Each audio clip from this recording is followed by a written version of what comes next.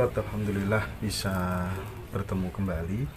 Saya sangat tertarik dengan dialog kita pada kesempatan yang lalu, bahwa panjenengan memastikan peristiwa Sabtu Palon Nagi Janji itu terjadi pada tahun 1945 dengan segala bukti-bukti yang sangat relevan secara ilmiah.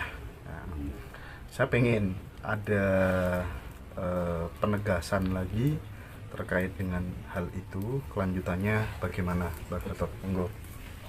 Terima kasih ya. Jadi dalam kesempatan ini saya mau menambah ya, dan memperjelas tentang dari Sabtu Palon itu berkaitan dengan perubahan peradaban yang tadinya kan ditandai dengan tonggak yang sebenarnya proklamasi kemerdekaan bangsa dari belenggu penjajahan, sehingga pada tahun 45, tepatnya 17 Agustus 45 itu kita menancapkan tonggak proklamasi.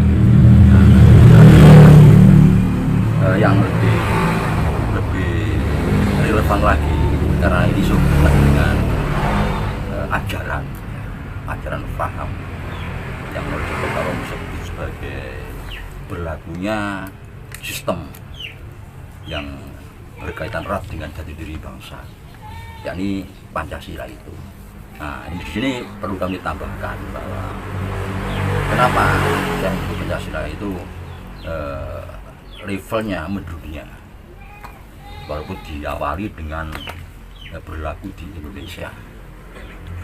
Pertama itu pada saat Bung Karno mencanangkan Pancasila sebagai dasar negara. Pancasila dari diri bangsa, kebahagiaan bangsa, dan diangkat di tempat-tempat yang sangat terhormat ya, di dalam kita berbangsa dan bernegara ini sebagai dasar negara. Nah, ini oleh Bung Karno disosialisasikan di forum-forum internasional, jelasnya di forum Perserikatan Bahasa Bangsa. Ada tiga tokoh kita yang mensosialisasikan paham atau ideologi Pancasila ini.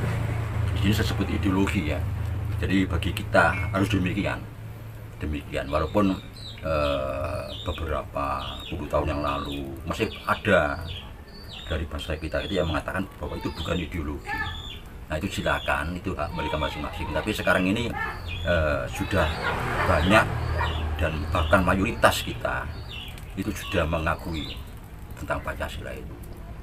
Jadi Bung Karno menyampaikan tentang paham atau ideologi Pancasila ini dalam forum internasional di pertemuan bangsa-bangsa di Gedung Perserikatan Bangsa-Bangsa. Untuk menjelaskan apa Pancasila itu, sampai mengatakan Indonesia yang telah diproklamirkan itu dasar negara adalah Pancasila, dan Bung Karno menjelaskan apa Pancasila itu. Berikutnya, Bung Karno juga pernah mengirimkan seorang tokoh di dalam pertemuan antar bangsa di PBB ya. Tokoh itu kalau tidak salah Kiai Agus Salim juga dalam pertemuan itu menyampaikan sesuai dengan pesan Bung Karno tentang apa Pancasila itu. Nah, Bung Karno berarti sangat percaya pada Agus Salim, percaya bahwa Kiai Agus Salim akan menjelaskan Pancasila itu dengan tepat. Nah, yang menarik setelah Kiai Agus Salim ini pulang ke Indonesia, beliau bercerita, dan ceritanya ini sempat disiarkan di radio, waktu itu di bioskop. Bioskop itu setiap kali mau main ada ekstra itu pasti dokumentasi negara, film dokumenter yang disampaikan. itu ada yang menarik begini. Kiai Haji Agus Salim itu orangnya memang unik. Jadi beliau itu pakai kumis ringkip gini ya, terus pakai jenggotnya muter melengkung ini, jenggotnya itu putih melungker. Nah, memang terkesan Mak Nyun Sewu seperti kambing. Sehingga pada saat giliran beliau untuk tampil ke mimbar kan bergilir perwakilan negara-negara itu, beliau disorai.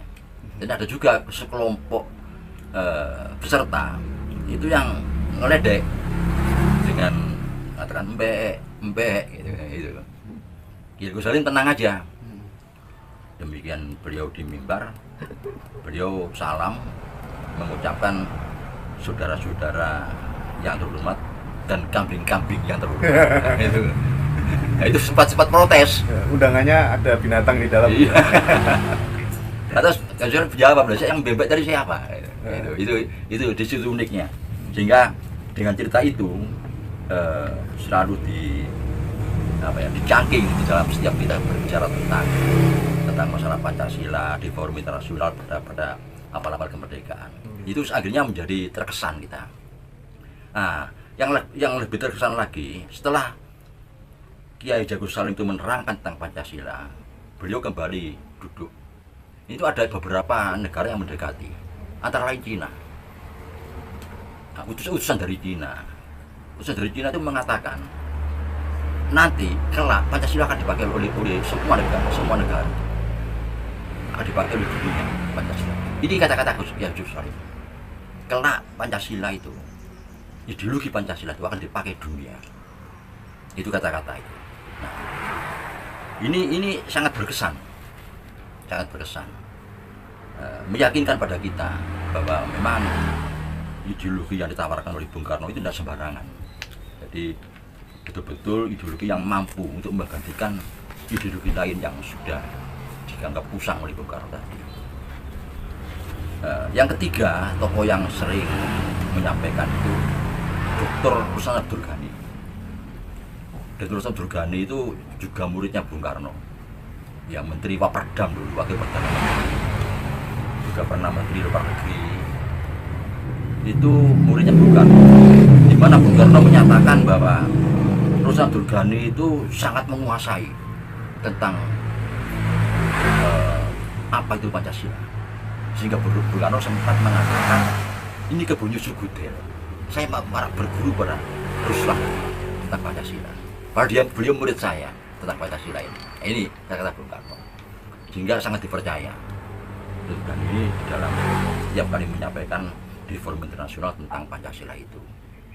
Nah, ini sesuatu yang menarik, yang membuat kita percaya diri.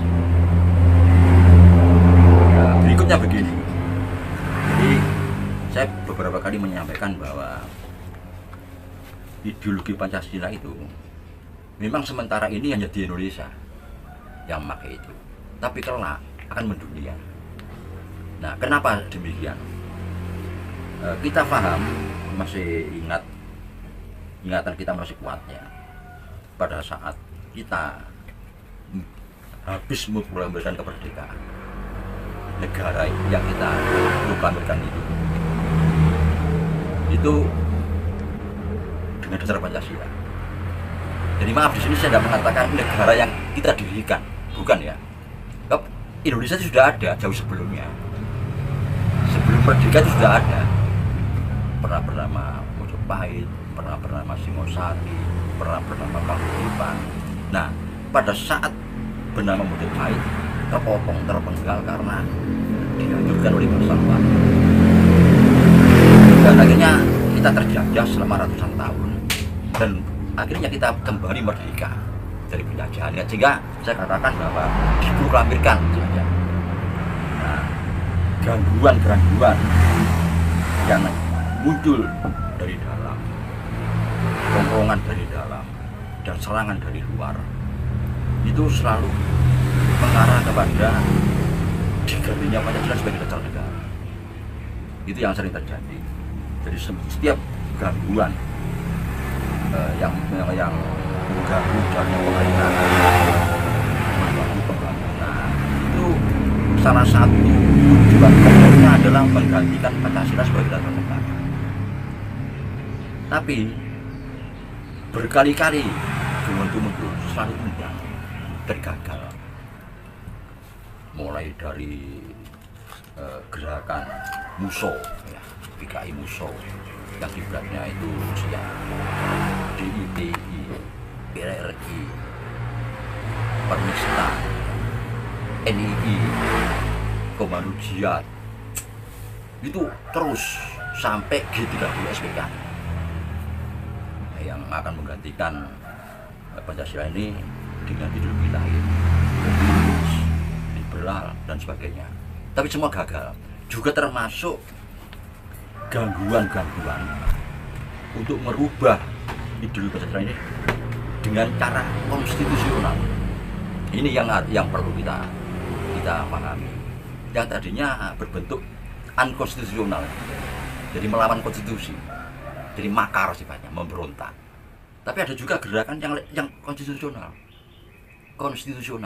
lewat jalur eksekutif, legislatif, menguasai forum, diusahakan forum nanti kalau kalau musyawarah tidak bisa dicapai, lantas dengan voting dia menang. Nah ini kan jalur yang konstitusional lewat legislatif, juga lewat eksekutif, bahkan lewat judikatif. Nah, dan semua gangguan ini selalu ada campur tangan dari bangsa asing. Bahkan ada juga dan banyak yang disetir bangsa asing, dimunculkan oleh bangsa asing. Entah Eropa, entah Cina, entah Rusia, entah Amerika. Itu pasti di belakang itu ada kekuatan asing. Setiap kali kita diganggu. Nah, karena setiap kali ada gangguan dan selalu gagal, kita selalu menang. Pancasila selalu menunjukkan kesaktiannya, menunjukkan kekuatannya. Otomatis yang kagum itu bahasa asing, yang heran itu bahasa asing. Kenapa? Ada apa dengan Pancasila ini? Oleh karena itu beralasan kalau kita meyakini bahwa kelak Pancasila itu akan mendunia, dipakai oleh dunia, karena dunia akan tercengang, akan berpikir sekian kali, tiap kali dihancurkan, dihantam Indonesia ini dengan Pancasilanya, selalu bertahan. Nah ini kan akan menjadi tanda tanya.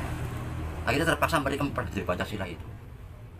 Mereka akan mempelajari ada kekuatan apa di Pancasila ini. Nah disinilah yang kita sebutkan bahwa kelak Pancasila itu akan mendunia, karena yang menguji itu bukan cuma kita, tapi juga bangsa asing dari segala macam ideologi yang sekian kali menghantam Indonesia dan kita bertahan dan kuat.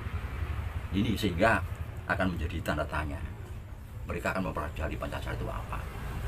Nah, sehingga rupanya setelah terproses 75 tahun, nah, maka Pancasila itu gemblengan. Nah, kalau kita baca wayang yang ada tokoh-tokoh yang digembleng, dimasukkan kawat ke buku, Gatot Koco, Noposumo, ada juga tokoh wayang yang sangat sakti, Wisageni, itu kan gemblengan kawat untuk dibuku. Jadi bukan mengibaratkan itu. Jadi Pancasila itu digembleng di mana-mana, sehingga 75 tahun itu sangat dewasa.